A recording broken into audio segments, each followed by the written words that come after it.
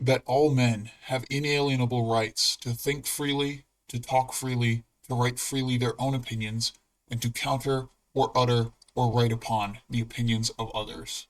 This is from the Creed of the Church of Scientology. Hey everybody, I'm Holly, aka the ScientoloGeek, and today I am here with Mr. Geir Isene. I hope that's a decent pronunciation of your name. That was actually very good.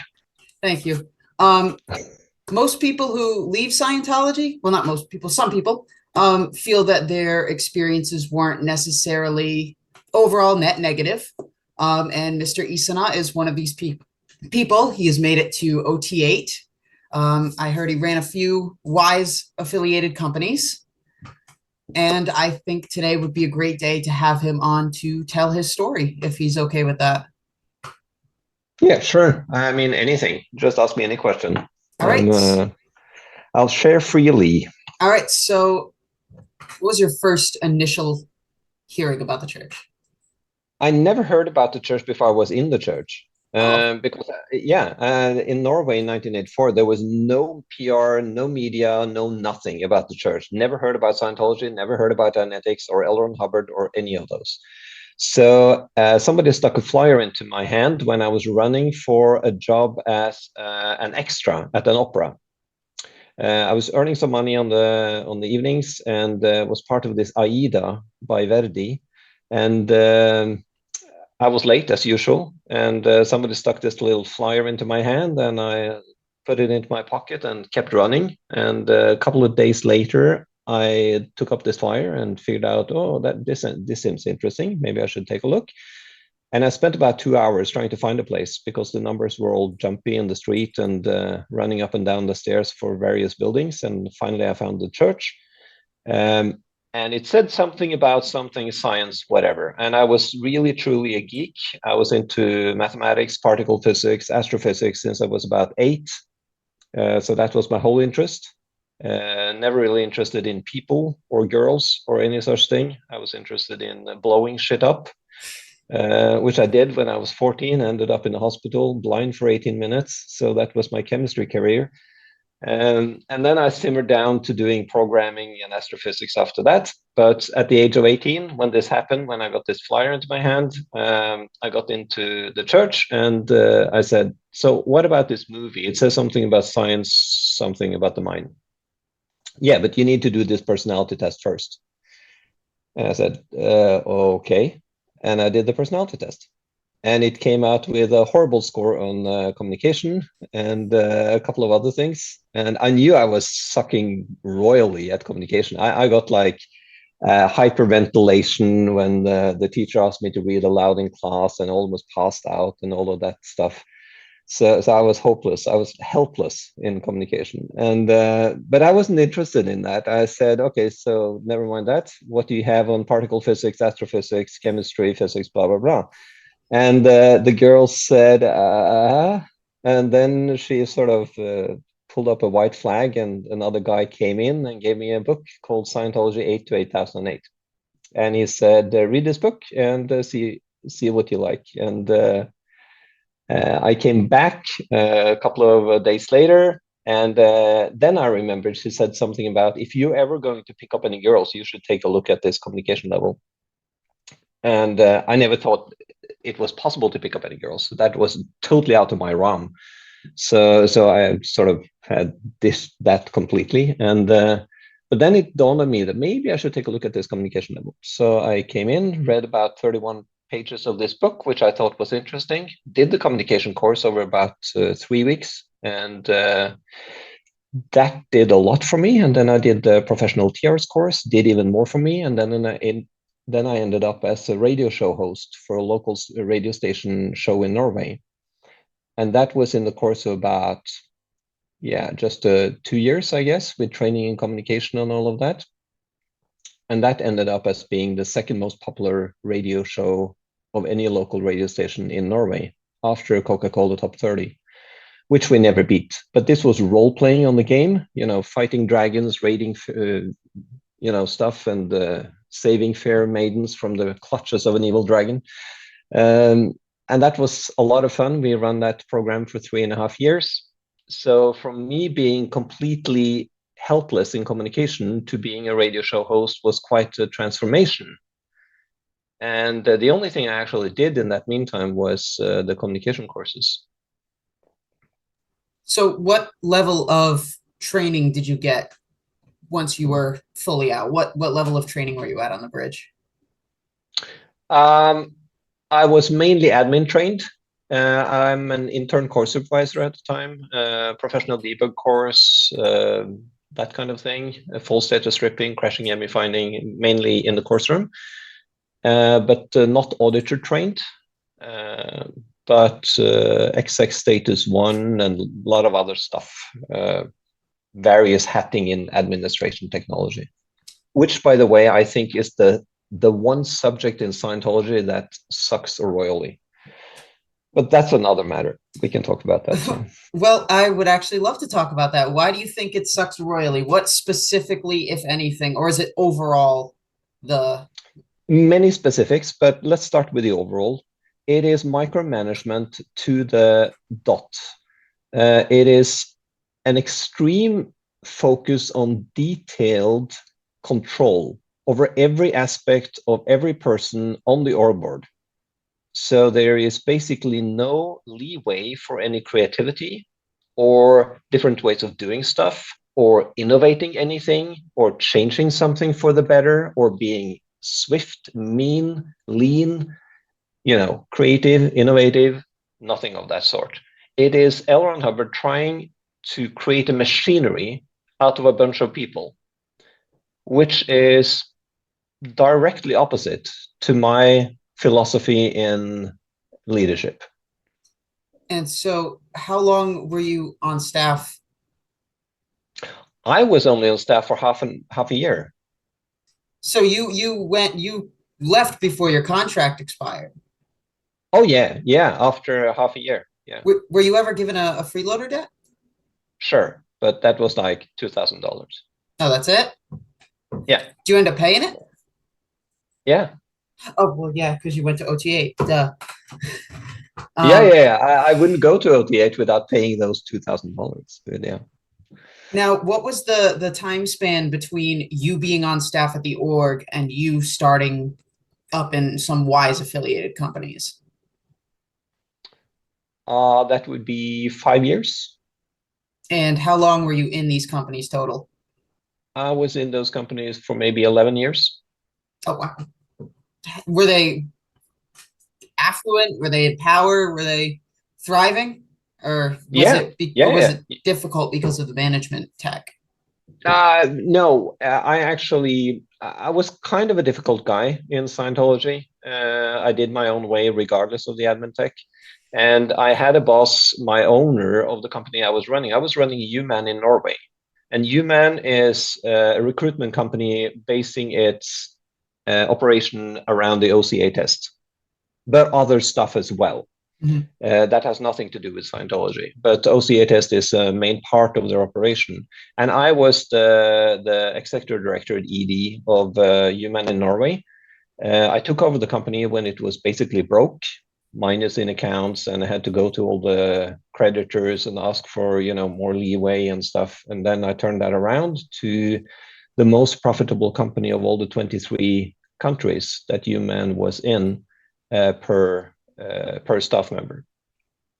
So that was quite cool. We did a lot of fun things during the 90s. It was from 1990 to 2000 ish.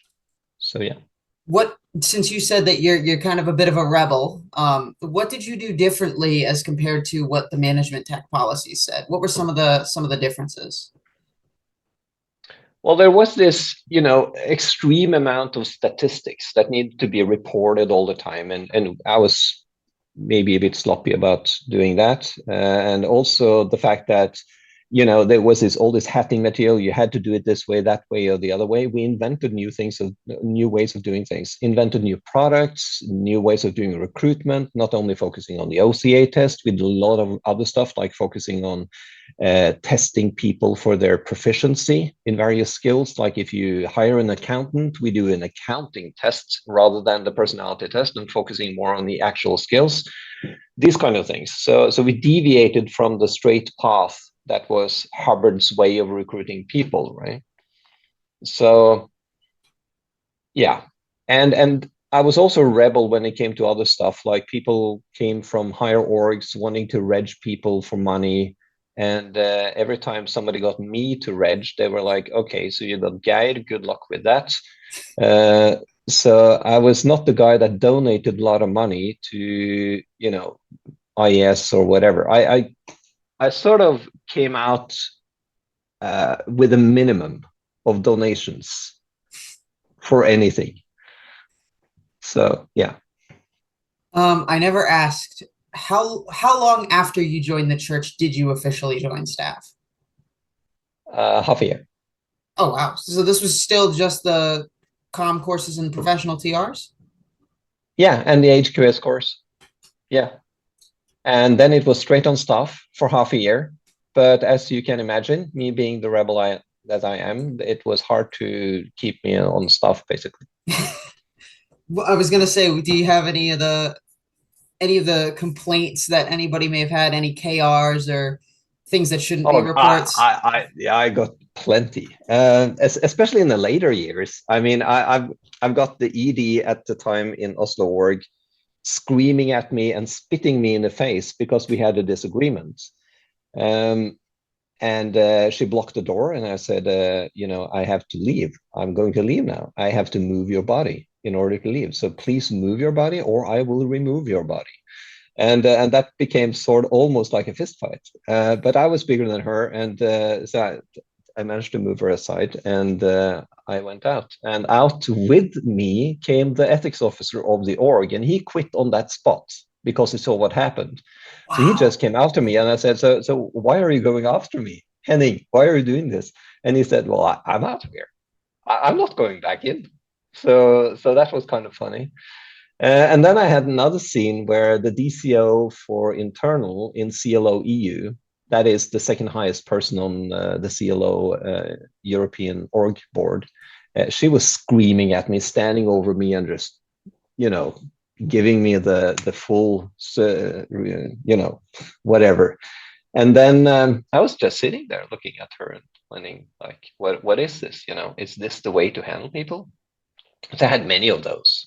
But my whole calculation on this thing, up until I met David Miscavige, was that I had this idea that there must be a person at the top, like David Miscavige, being like Dalai Lama, trying to handle all the shit that is popping up underneath him, the shit that I saw in Oslo org or in Denmark or other places. And I thought he must be having his hands full trying to handle this problems coming up, until I met him. And then I realized it's trickling down. It is emanating from him down the org board. It is not that he is the saint trying to handle the shit. It is him creating the shit. So that's when that was my leaving the church, first mentally, and then it took a couple of years just to get my, sorting it out. My businesses were tied in with people, my friends, everything had to do with, socializing with other Scientologists, etc. So it took a little while before I can actually walk out. And I read about, I spent 3,000 hours reading everything on the internet and everything. So, and halfway through that, my wife said, Geir, you know that you can never go in session again in the church, because knowing what you know now, you won't get out of freelance because you know too much. And I said, yeah, I know. This is the turning point. What was, for those viewers who haven't seen his interviews with Jeffrey Augustine, Aaron Smith Levin, any of those, what was it like to meet David Miscavige? What happened? Yeah, it was a pretty crazy situation. I was standing outside on the last day of the maiden voyage in 2006. And I was invited there because I was a fresh OT VIII, and I was the only one from Norway. And on the last night, all the countries were going into the photo shoot with David Miscavige as groups. So the Italians went in and the Danish people went in, etc. And I was standing outside with the two Swedish people who had taken on executive posts in the Church of Scientology in Stockholm, in Sweden. And they were saying, we should go in as a group, you know, the Scandinavians. And I said, well, in 1905, Norway split with Sweden and we became a sovereign country. So I'm going in by myself, thank you. And then they said, well, you know, we're going to tell David Miscavige that you should be the next ED of Oslo Org, the next executive director. Because they had taken on the post as ED and, you know, deputy ED. So they thought I should do the same type of raising my responsibility for Norway type of thing. And I said, no, I'm not going to do that. So please don't. But, you know, we're going to tell him. And then they went in for their photo shoot. And after a little while, I was called in to do the photo shoot with Ed Miscavige. And then I heard this voice saying, where's the guy from Oslo? And I saw this little guy coming, which was David Miscavige. And I said, here, sir. And he took out his hand and started, you know, so you're the next ED of Oslo Org. Congratulations. And I promptly said, no, I'm not, sir. I'm not. And everybody was like, what did he say? He said no, you know, and people starting to move about and turn around and fiddling with something. And, you know, shit, this is not going to go well. And then he added, so what could be a better game? And I responded, well, I can think of a few. Oh, God. And that certainly, from there on, it went straight south.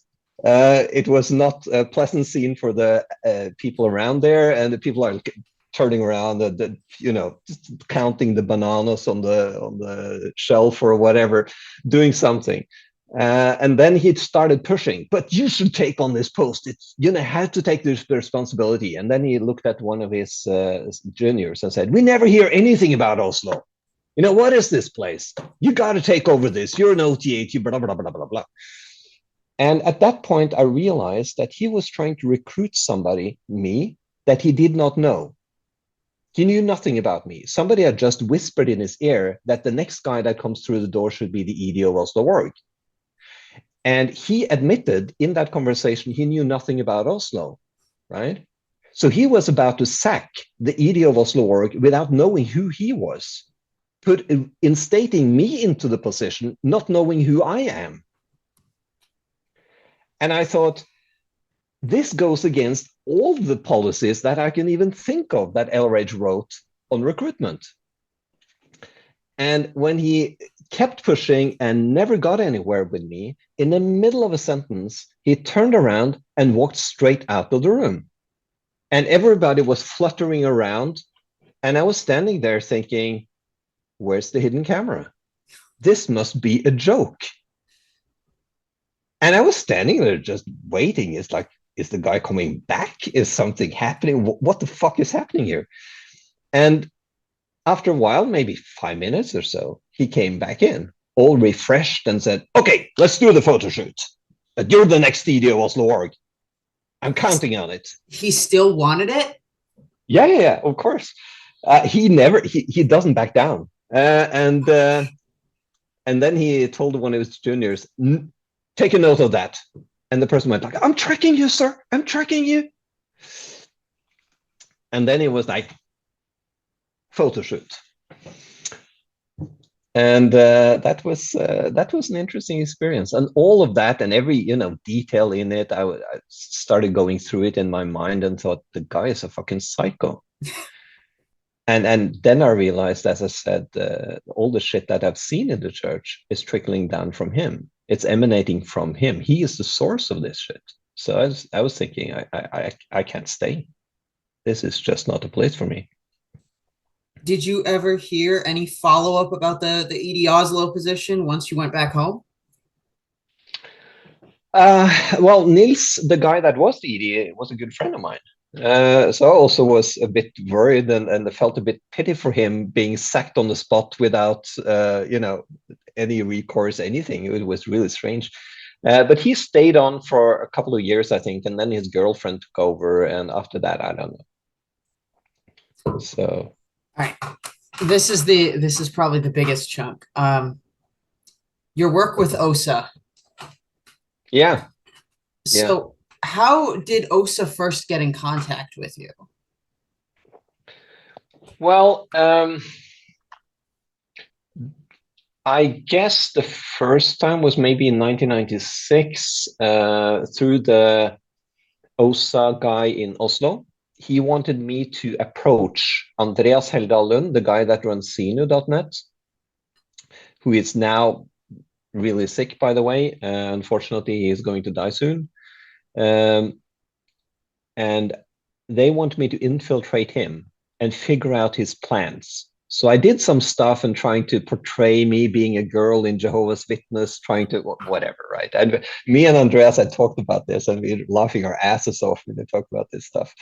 And this was in 1996, and trying to do some stuff on that. He never responded. I think he got the drift. He's a clever guy, so he didn't fall for that.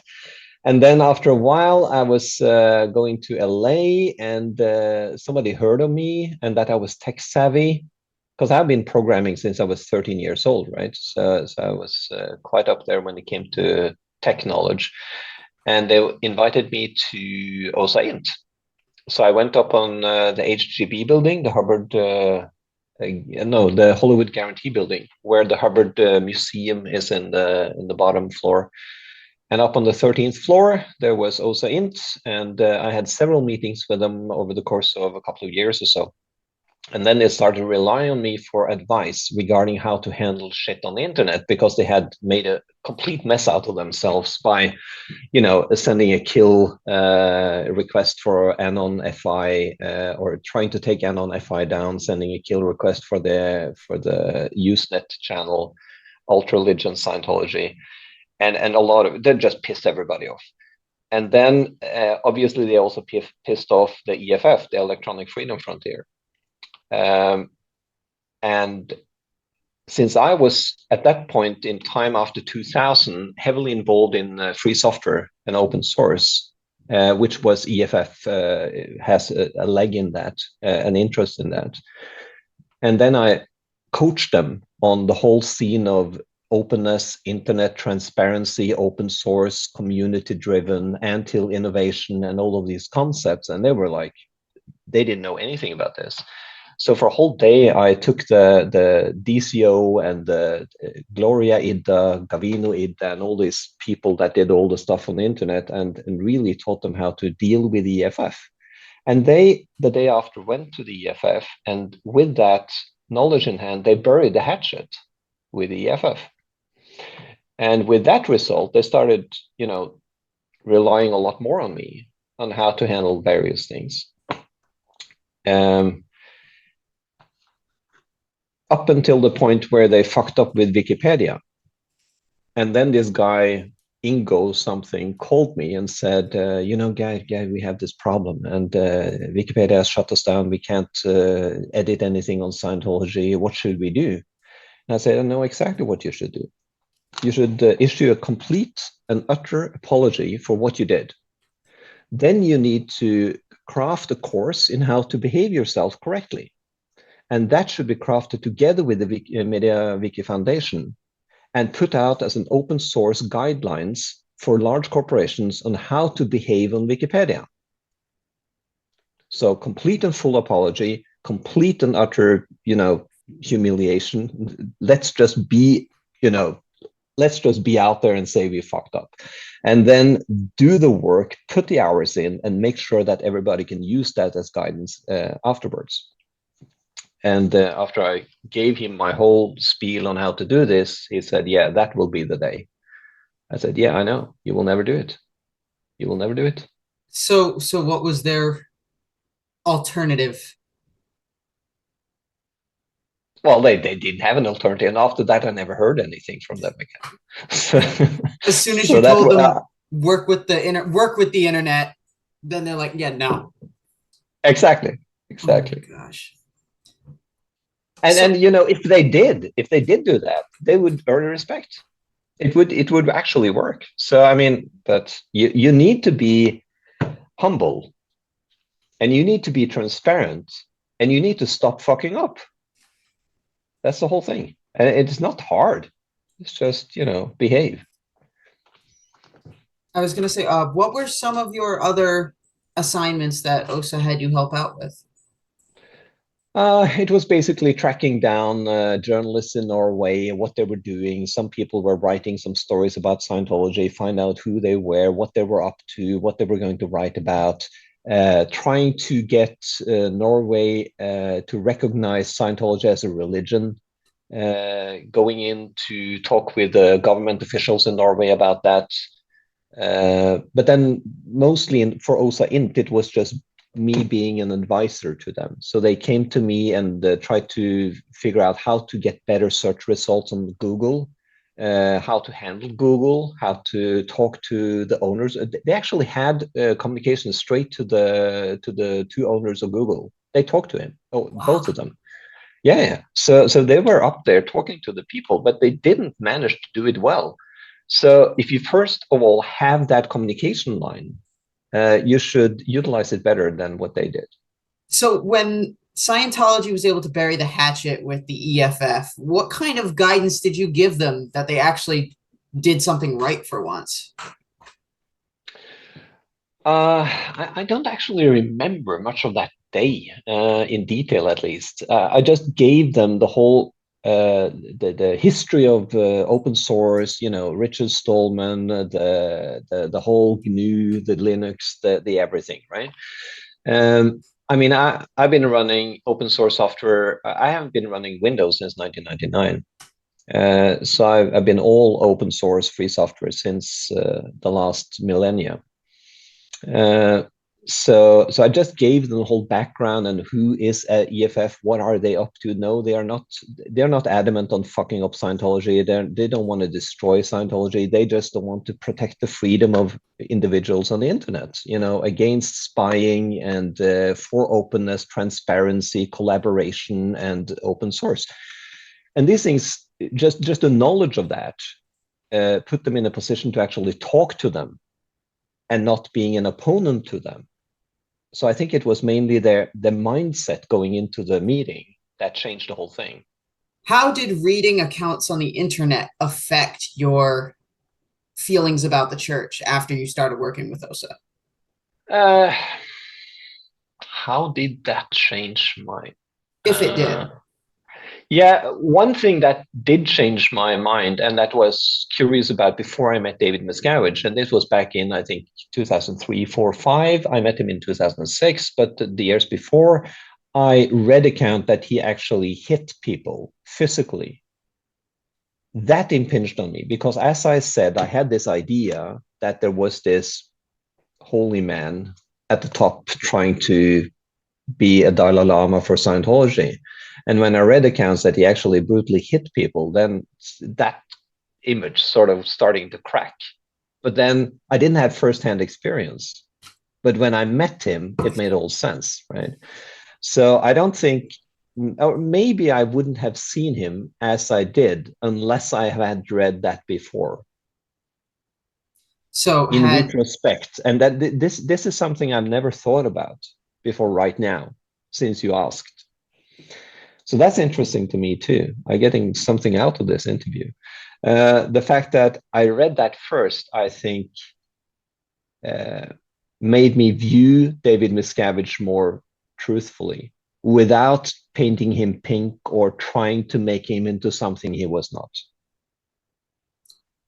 If you hadn't met Miscavige aboard the Free Winds, how do you feel that that would have, if any, changed your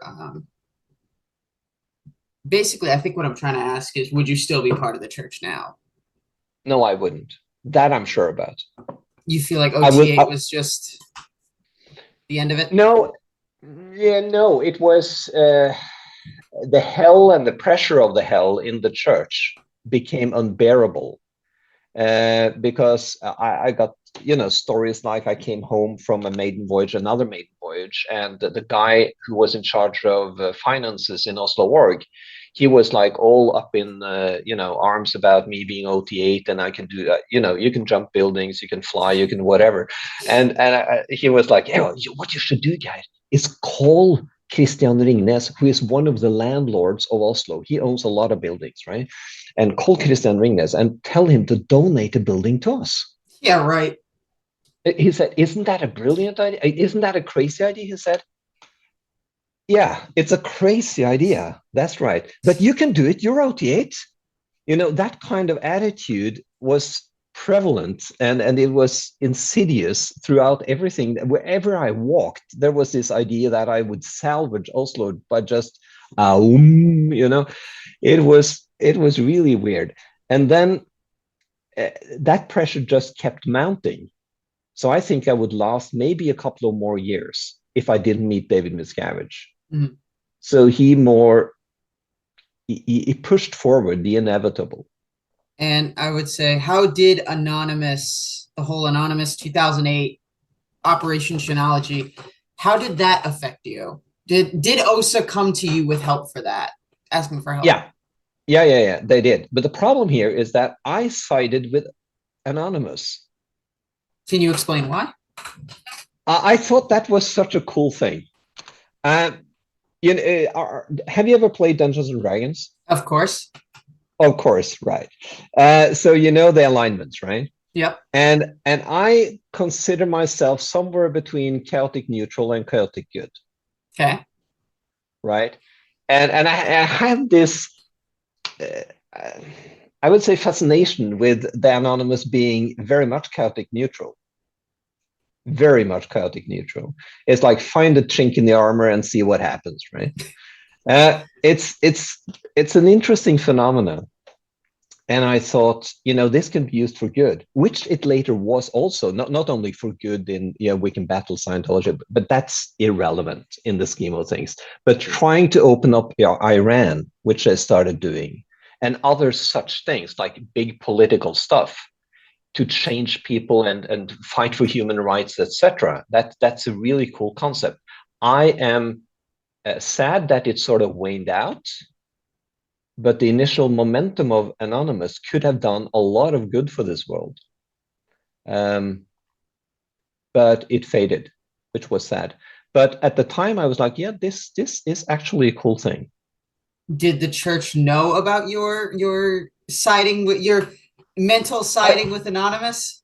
My fascination with it? Yeah, I talked about this with Matthias. He was the DSA, the Director of Special Affairs, the OSA guy in Oslo. And I said, that there is something about this Anonymous that is quite cool. And we had this talk, but he was also not a rabid OSA guy. So we had intellectual talks about this, which was interesting. But, you got to realize that Oslo is so far off the beaten track. It's not on the radar of anybody, right? It's out there. Had I been in the US, I would have taken a lot more flack when I left.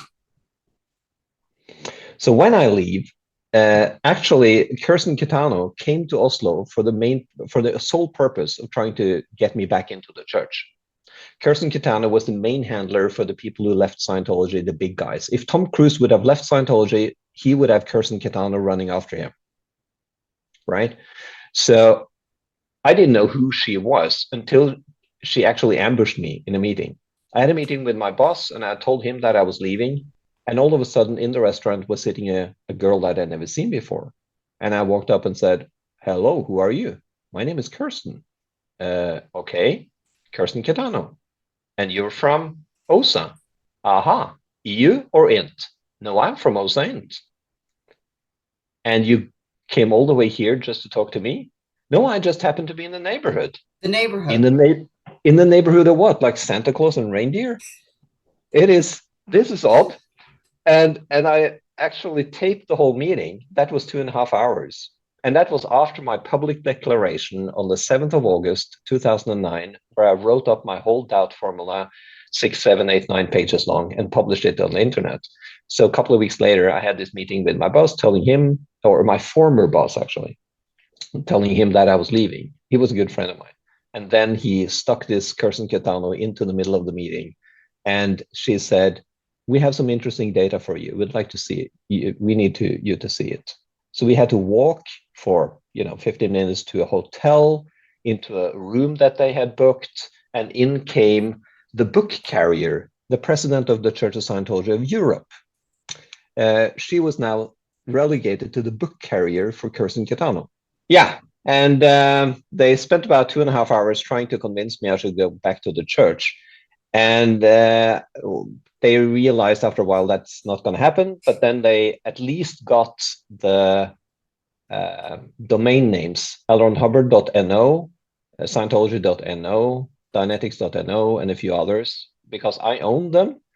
Just because nobody bought them and the church wouldn't pay out the money. But obviously anything .no is going to be interesting to anti-Scientologists. So it's funny that they never bought it, but now they were buying it from me, and to a nice price, so it was okay. So that was the end of that meeting, and after that they published a suppressive person declare on me, and that was it. It's like you run out of a store because you get really bad treatment, and then way down the street somebody in the store comes out and yells, "And don't come back!" It's really funny. They throw me out after I left, so it's cool. I noticed that during your interview with Jeffrey Augustine, you called Miscavige a creative genius. Has your opinion of Miscavige changed at all over the years, or has it roughly remained the same? Well, in a way, he is a creative genius. Few people are able to extract that amount of money from individuals. People are raking up, hundreds of millions of dollars to donating it to the church. And you don't do that unless you're really talented at least a few things. Mm-hmm. So yeah, he is a creative genius in that aspect. He's also quite a crazy guy and a mad guy in many ways. But, I think he's a complex person.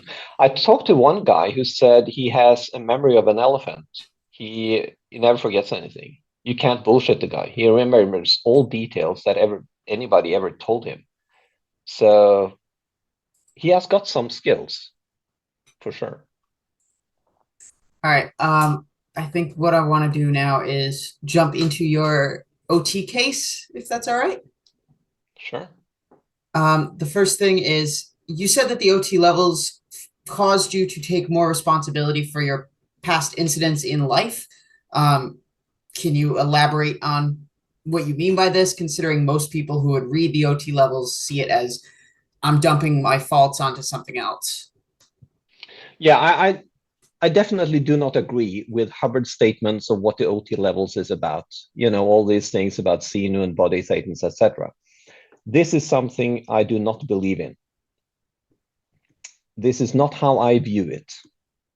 The way I view it is that what you're actually handling is compartmented parts of yourself, stuff that you don't want to take responsibility for. I'll give you an allegory.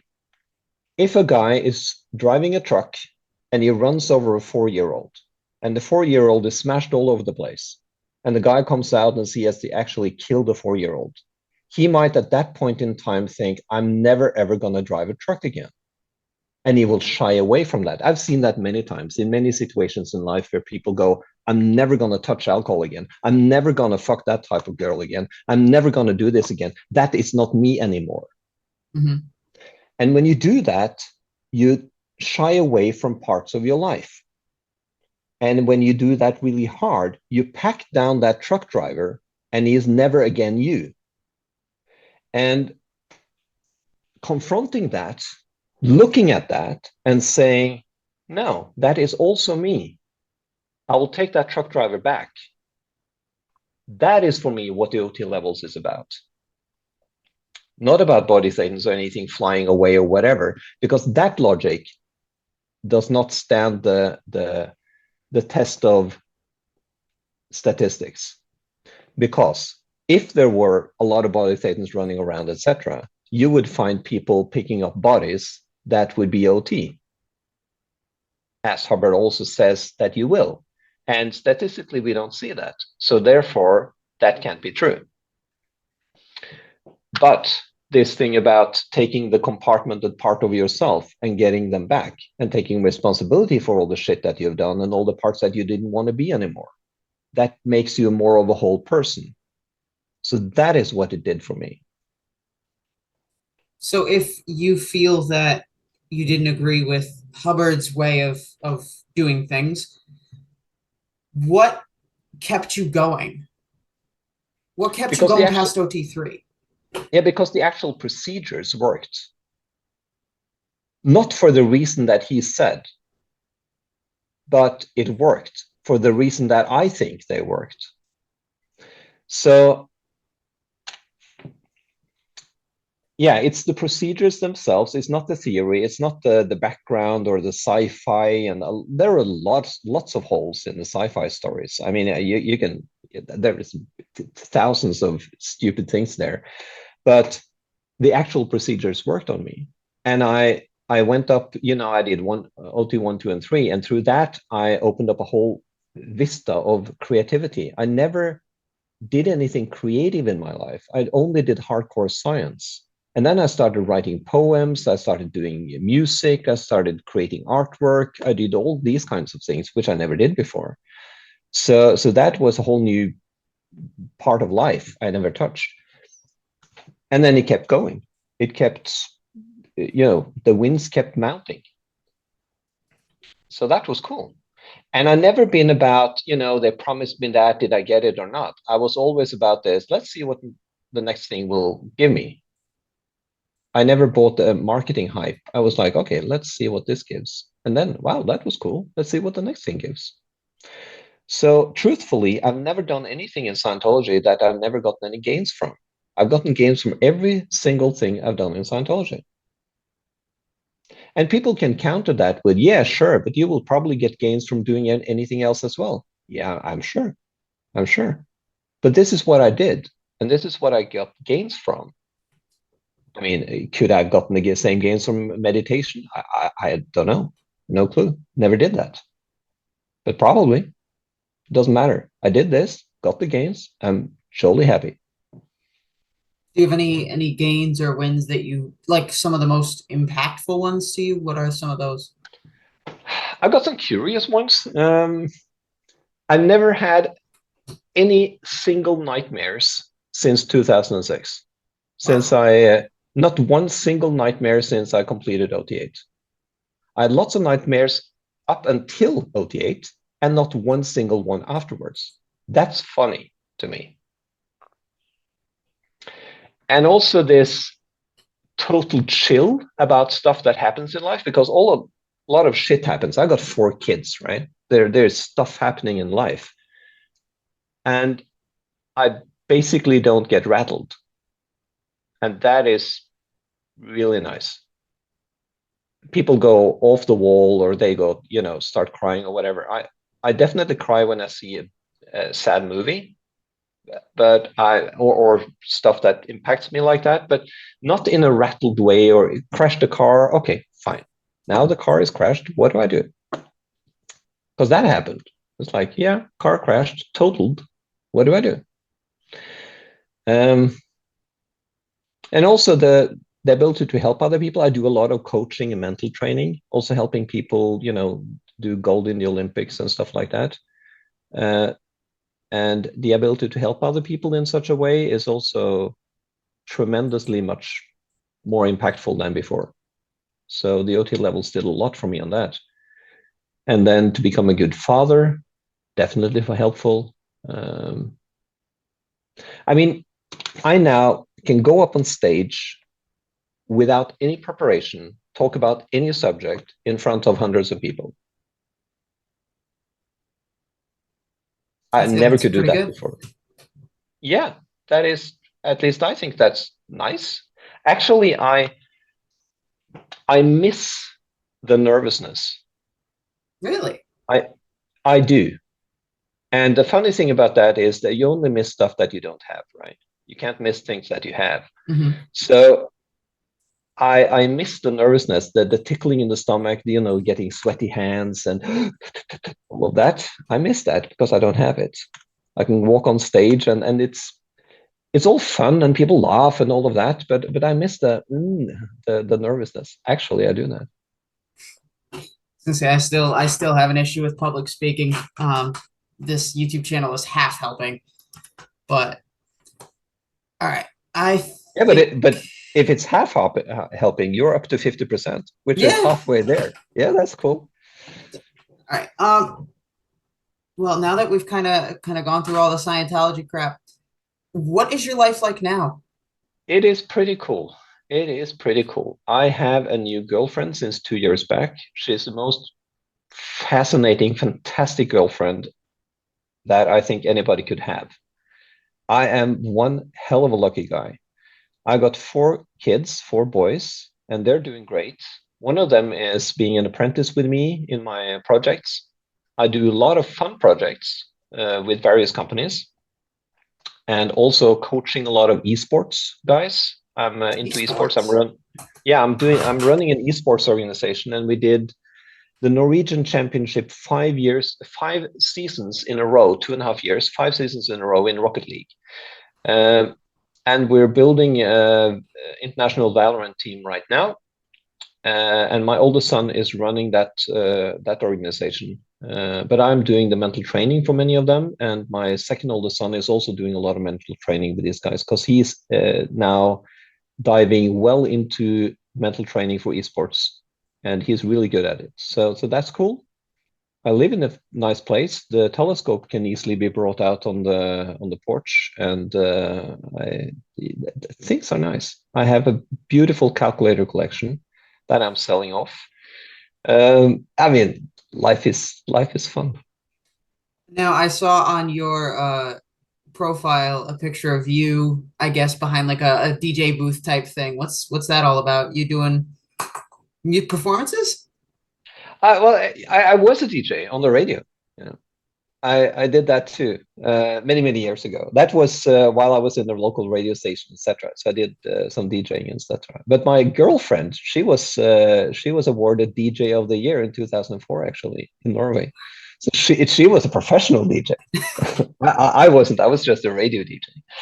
So yeah. But what I'm excited about these days is programming. I'm doing a lot of programming. I wrote a new file manager in Ruby for Linux. I've written a new shell for Linux. I've written a whole new programming language from scratch. Wow. I have done a lot of stuff. You can check out my GitHub account. It's like 70 plus repos there. I was going to say, I would love to. Let me load that up. So that is my really exciting stuff these days. I'm so much into that. That's so cool. Complete set of tools, random encounters, NPCs, castles, villages, towns, cities with relationship maps for inhabitants. That's awesome. Yeah, that's fun. That's my Amar tools. That's part of the stuff that tickles my fancy.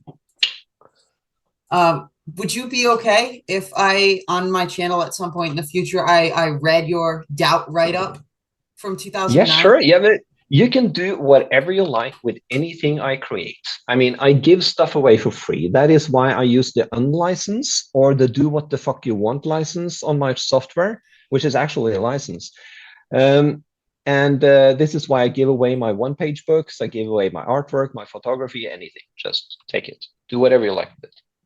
I remember watching one of your interviews, and you mentioned how you obviously don't believe in into the theory behind Dianetics, in the reactive mind and that sort of concept. Did you have that issue not believing in that concept when you were first doing Dianetics? No, it's not that I don't believe that Dianetics works, because I think it works. It's just that I think it's too simplistic to say, like it says in the Dianetics, the modern science of mental health. So I think it's more like an onion that you peel off and peel off and peel off and peel off, and then you continue to peel that off on OT levels, and then here we go. So, but I mean, again, I was never into sort of the theory so much about things. I was just into, did this process work? Did the procedure work? And yes, it did. So I'm okay with that. So your whole goal is, not your goal, but your idea of this is the way to, what doesn't matter is the way that you got there. What matters is that you got there. Yeah, but it's not a goal justify the means, because you can't have bad side effects. You can't have trampling on people's rights. You can't have, fucking with people. Mhm. But if I do meditation or if I do Scientology, as long as it doesn't hurt anybody, it doesn't matter that I got to that state or to that game. That's the point. So we need to factor in that it can't hurt other people. That's important. All right. That's actually everything.